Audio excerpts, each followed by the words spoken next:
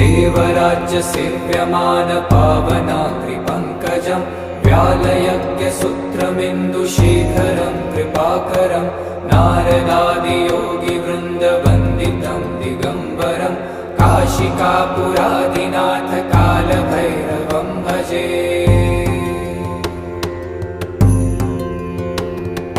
भानुकोटिभास्वरं भवाब्दितारकं परं नीलकण्ठमीप्सितार्थदायकं त्रिलोचनं कालकालमम्बुजाक्षमक्षशूलमक्षरं काशिकापुरादिनाथ कालभैरवं भजे।